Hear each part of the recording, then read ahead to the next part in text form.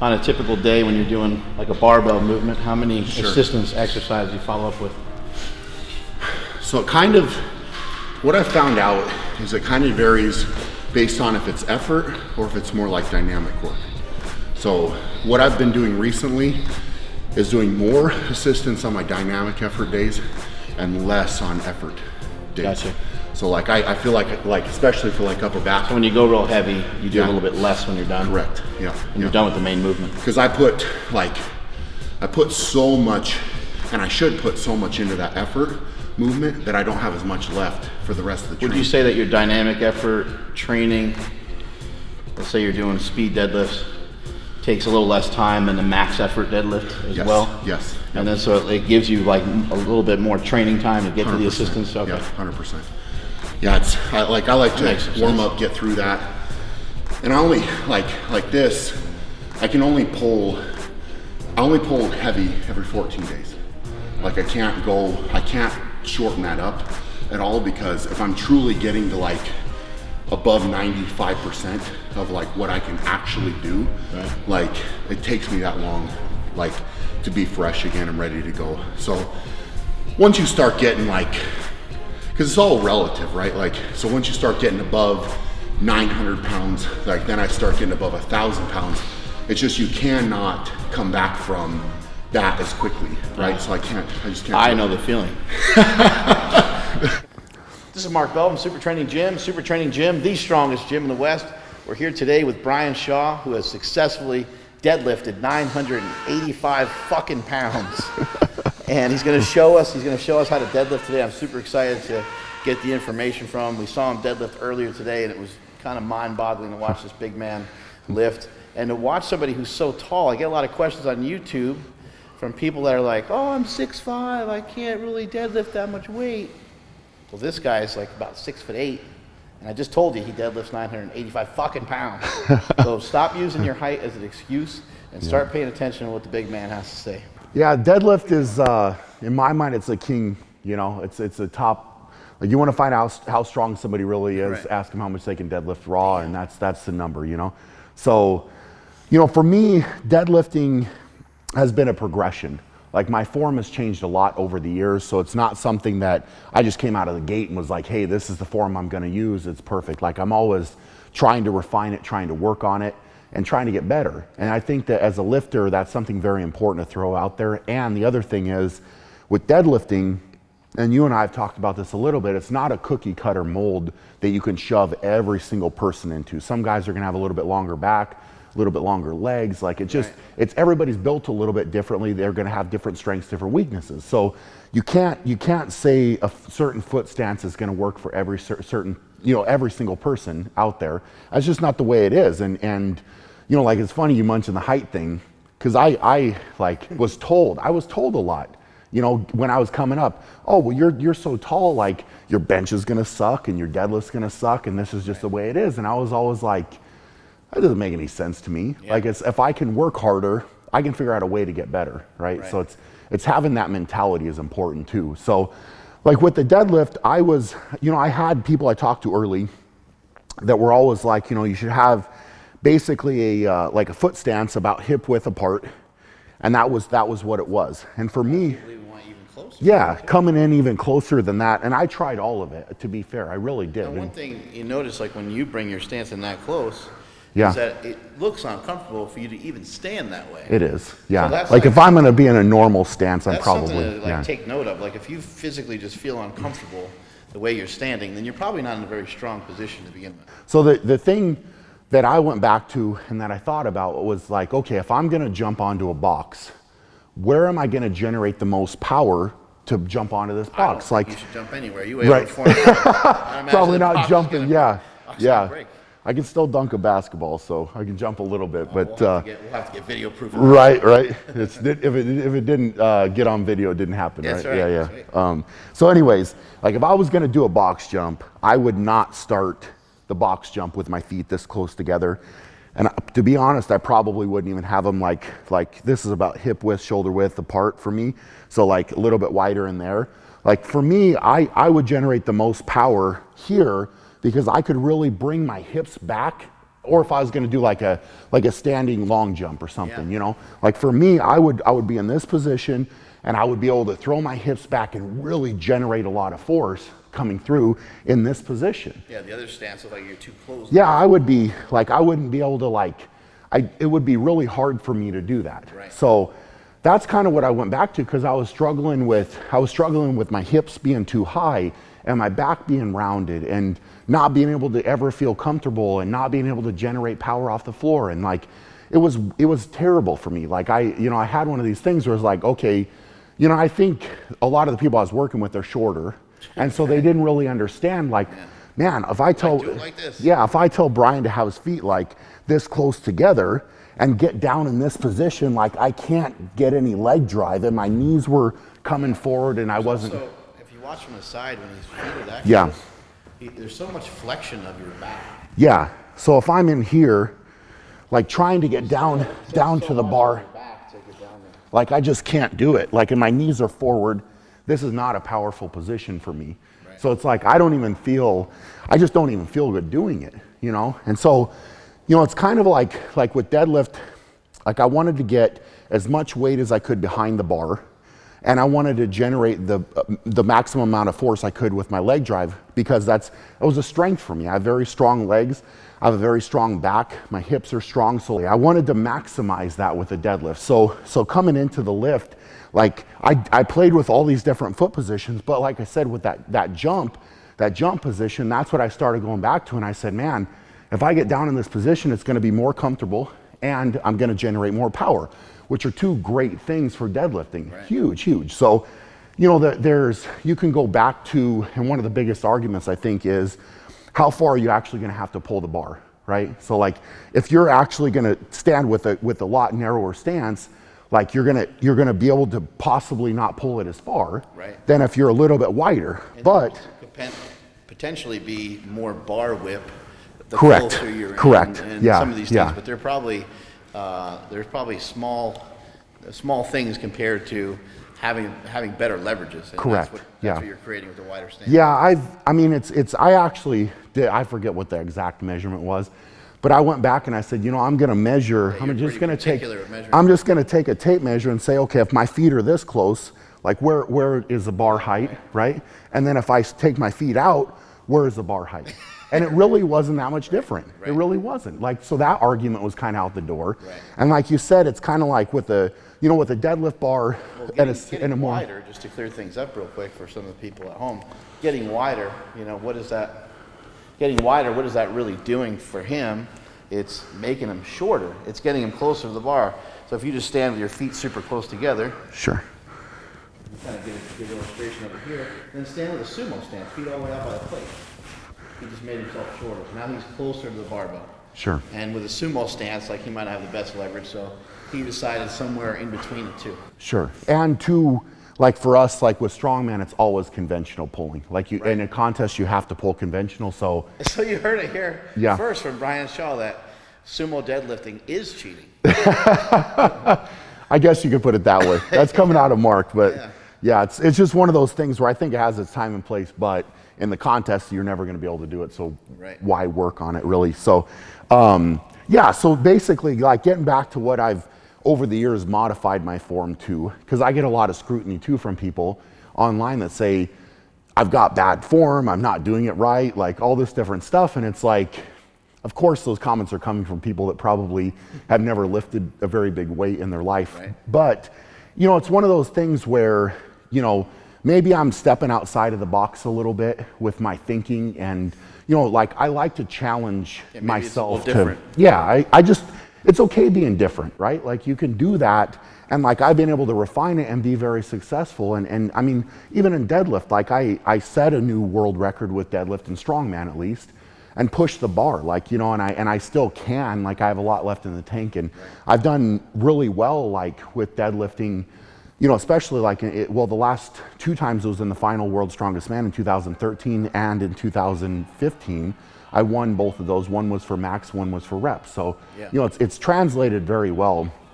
In training, it's kind of like the old saying. It's a big deal to win any of those events. Huge. The competition level is just through the roof. Yeah, it's so. I mean, for me, it's kind of like the proof is in the pudding. You know, kind of that saying, right? Like, so if I'm doing it and I'm having success, like, how can you really argue with that? Yeah. You know, so it's kind of, that's where I've gone with it. But anyway, let's get back. So I'll show you guys what I do. So like, that's, you know, in talking about it, I guess it's a long-winded explanation as to how I came to like standing wider with the stance. So for me, basically I'm in that position, and then I put my hands just outside of where my legs are. Let's just assume, you know, for the viewers at home that you're not going to lift your straps in this case. Sure. How would they know how far or close to get to the barbell? Without straps. Yeah, right. Sure. I know you mentioned with straps you'd be Sure. further away. Sure. Because of the breathing. It's hard to breathe, so you Yep. would be further away when you have the straps. Yep. So how would they determine if they're lifting without straps? So I really prefer to, I like to, especially for a maximum lift, I really prefer to roll the bar into my body. Right. Because, and the reason for that is I feel like it helps me get into a lot better position to pull in. Right. So like I really try to get as much weight as I possibly can behind the bar and not be over the bar. So I really pay attention to my shin angle and the angle of my back too. So I like, because I'm very flexible and I work a lot on flexibility, I like to be able to bring my hips down low. And sometimes it's kind of like I kind of coil that spring, if you will. Yeah. Like, so I'm taking it down, and as I'm rolling the bar back, I tighten, bring my hips down, I tighten my back into position, and I really get a lot of tension on the bar before I actually lift it. So there's a lot of, like, there's a whole process, like, to, you know, starting the deadlift, like I go through every time I lift it. So there's a lot of thought that I've put into pulling the bar off the floor and what position I want to be in. So, you know, my hips sometimes go low and they come up a little bit, but my back locks in better and I get a lot more tension through my hamstrings and glutes, like in that position. So the power generated off the floor is huge for me. Like I'm much stronger off the floor. Through the mid-range, I've had to work a lot to stay in that position and to get through that with more speed. And then my lockout I've had to be fair, naturally, my lockout's been weaker. So I've had to do a lot of work to bring that up too. So, you know, as far as like the bar position, like I typically, if I was not going to use straps on this, I would start behind the bar. So it's in front of me by a few inches. And then I would find that position with my hand. So it's in line with your toes. yeah, just in front of me where I can comfortably lean over and grab my position here. And then I would kind of like work it back to my legs. And I'm kind of working my feet out and digging them into the floor there.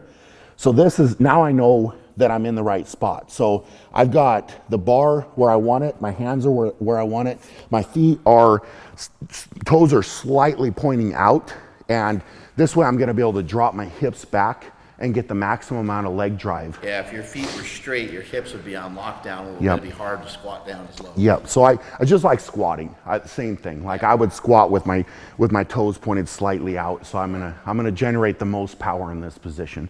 So, you know, for me, this is taking a long time, but like I really dig my feet into the floor. Like I'm trying to get a lot of friction there, and I'm like, that's kind of like the start of the power, right? Where your feet, like so I really try to think of, like in my head, I really try to think of pushing my feet through the floor as opposed to pulling the bar up, right? Almost like you're doing like a leg press. Correct, or something like yep.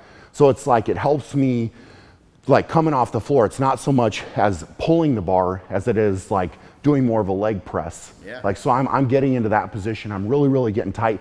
And then to start the pull, I just push with my legs. I don't think about pulling with my back and lifting that way, because then it screws me up. Cohen kind of mentioned that you're pushing into the floor and then pulling the weight into you. Yes. So you're pushing into the floor with your legs and you're pulling the weight into you with your back. Sure, and it's funny we were actually talking about this, like Ed and I are similar, and like I think we have similar strengths, like, and it's pretty, you know, not that I'm necessarily comparing myself to maybe the greatest power lifter ever, but you know, it's cool to like have him say that and, you know, see what I'm doing kind of, and you know, I mean, it's neat, man. I mean, it's neat to even meet the guy, right? Like, so it's awesome.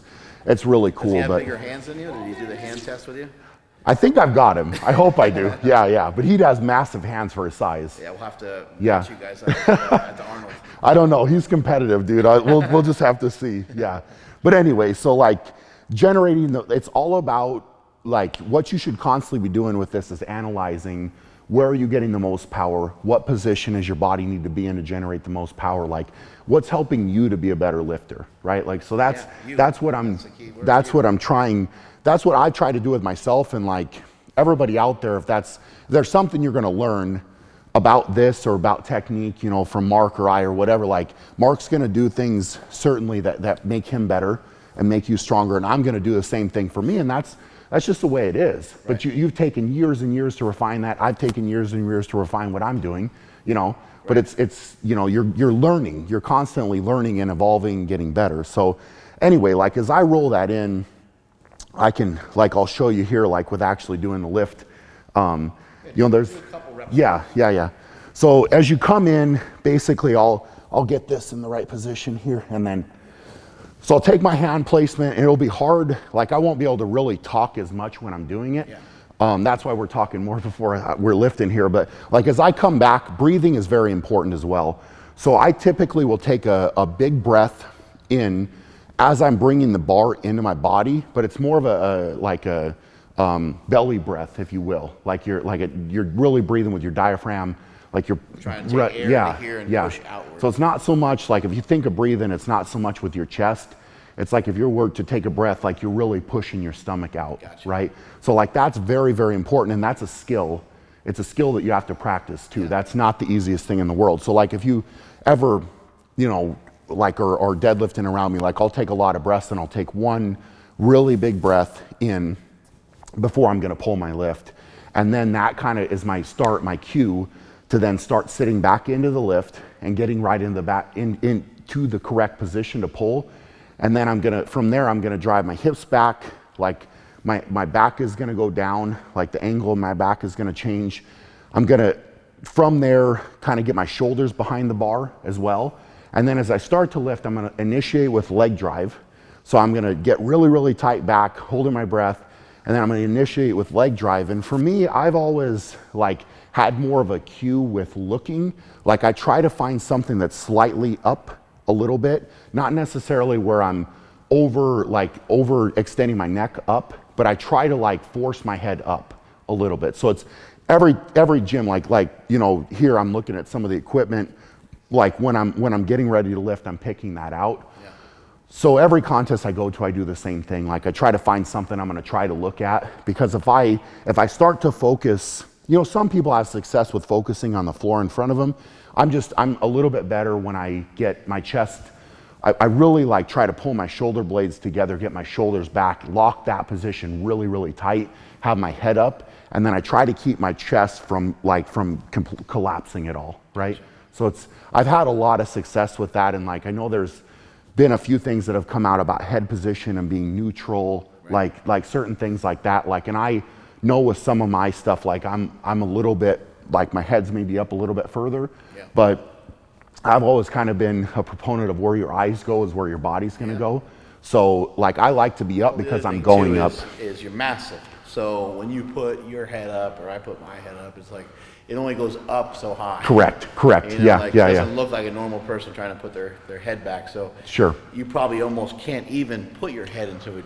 Quote unquote, not necessarily. Yeah, exactly. Yeah. So it's just kind of a cue. It's a few things. It's kind of like like I've kind of a mental checklist, if you will. When I start my deadlift, like I'm really a big fan of doing things the same way every single time, so I don't forget, I don't screw things up, like nothing's ever messed up. So I kind of go through, and you probably saw when I was lifting, like just one of those things. I kind of have the same thing that I do. I get amped up the same way. Like I really like to strap in the same way, have the same kind of rhythm, if you will, to how I do things. So it's, yeah, I mean, I have a lot of success with that. I practice, so, and for me, deadlifting is something that you have to do sometimes under very big pressure. So if I practice the same way, when I go to a contest and there's thousands of people there and everything is on the line, like I don't want to forget to tighten my belt, or I don't want to forget to, like, you can't, right? But you're in the moment, you got so much adrenaline like pumping, like it's just crazy. So I really like to have that checklist of what I do, how I do it, right? Like I really, like I'm very successful with that, and I like that a lot. You have a standard that you do every time. Yeah, and exactly. It doesn't matter the environment around you. Yeah. So let's pull a few reps here, and we can see. And the other thing about pulling reps, and like this is just my personal preference, but I never train touch and go deadlifts. Okay. So it's just something I've always kind of thought of a deadlift as a dead stop, and it's just kind of the way that I've always trained it, like getting in position. Not that I wouldn't like stop on the floor and then stay in that like position without rolling the bar away from me, because for reps that's what you want to do. But we can never bounce in a contest. I mean, like it's just something that it's just a personal preference. So like when I pull them, I'll go from a dead stop, then go back into the next rep from there. So, and I'll probably I would each suggest roll. that to anybody. If it's someone out there that does some CrossFit competitions or something like that, and they are allowed to bounce them off the ground in competition, that's fine. But I always say try to make your training, harder than the contest itself. I completely agree. Let's see what it looks like. Awesome, man.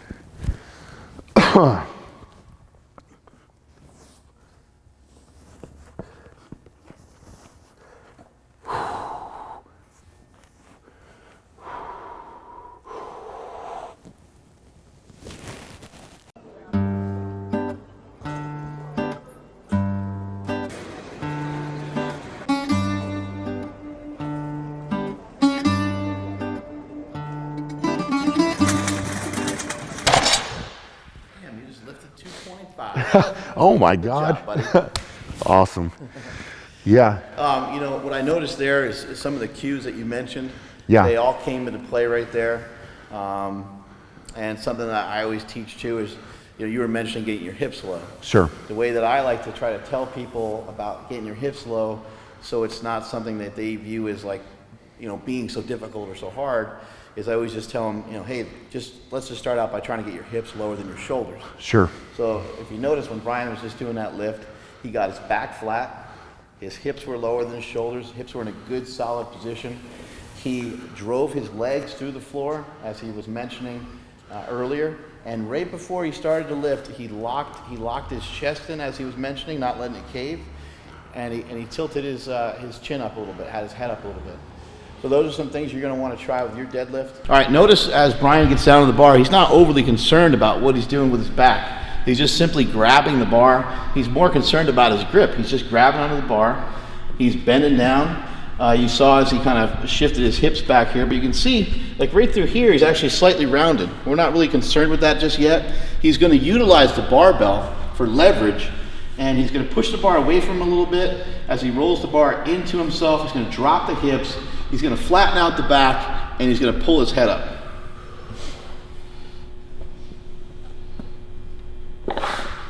You cannot really get into a better position to deadlift, in my opinion, than what he's achieving right here, especially given the fact that he's 9,000 feet tall.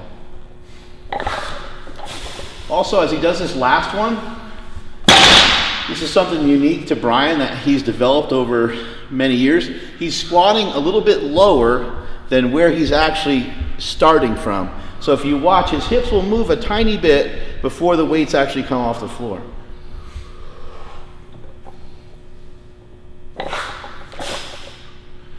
It's really slight, and it's something that's really hard to pick up because the weights are so light.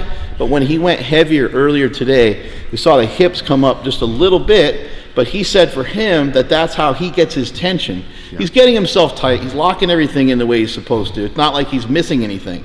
He's locking everything in the way he's supposed to, but he's also generating a lot of power and force from the bottom. And as soon as his hips just creep up a little bit, it allows his hamstrings and his glutes to kind of take over the lift.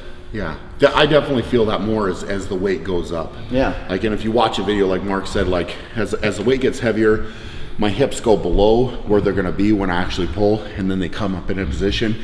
And that's really, like you said, where my hamstrings and glutes can take over the lift. And that's really that's unique. It's really rare to see anybody lift that way.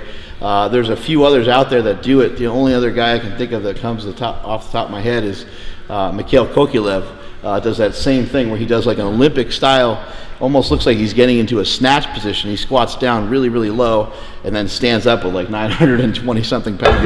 Yeah, he's he's probably the first guy I saw do it too. And it's not like He's tall. Yeah, he's like 6'4", I think, somewhere in there. So like definitely not short at all. And it wasn't necessarily that I was trying to model mine after him. It just kind of naturally happened for me that way.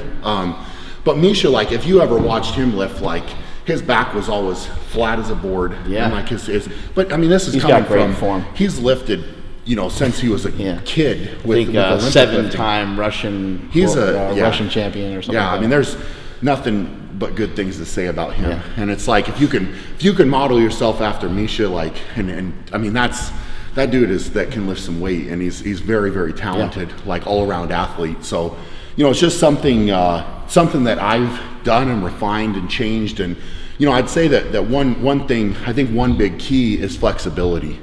And flexibility with deadlifting is crucial, like crucial. I almost can't even say like how important being flexible is. So if you don't have it, oh my gosh, you got to work on it. So right? like if I wasn't, for example, if I wasn't flexible, there's no way that I could get my hips down that low and get into that position where my back, and I have so much weight behind the bar, like my hips would end up being higher, and I would get more like of a rounded back, put more weight or emphasis, I guess, on my back, because that's what I'd have to do because of my lack of flexibility and mobility, you know. So it's just one of those things. Like I think that type of stuff, like guys, I'm stretching at least a couple times a week, if not more, working on mobility almost every single day. So, you know, I would tighten up very quickly if I wasn't doing that. So there's a lot of pieces outside of, you know, actually deadlifting to be a better deadlifter.